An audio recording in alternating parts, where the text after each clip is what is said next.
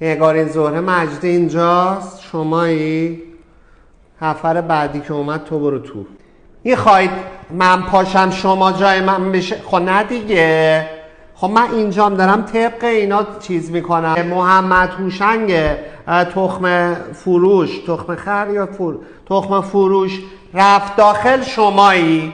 ندارم نوبت الان عشقم، من چی کار کنم؟ فردامونم پره. حالا بشین چیکار کنم؟ شاید کاری بد کردم، دیوونم کردم.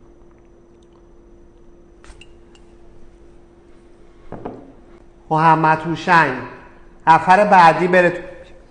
پوستت چقدر خوب شده آشغال کثافت. کلینیک آفتاب رفتیم؟ نه همه ککومکات رفته بیشور. خیلی خوب شده تو یه جلسه بدون لیزر.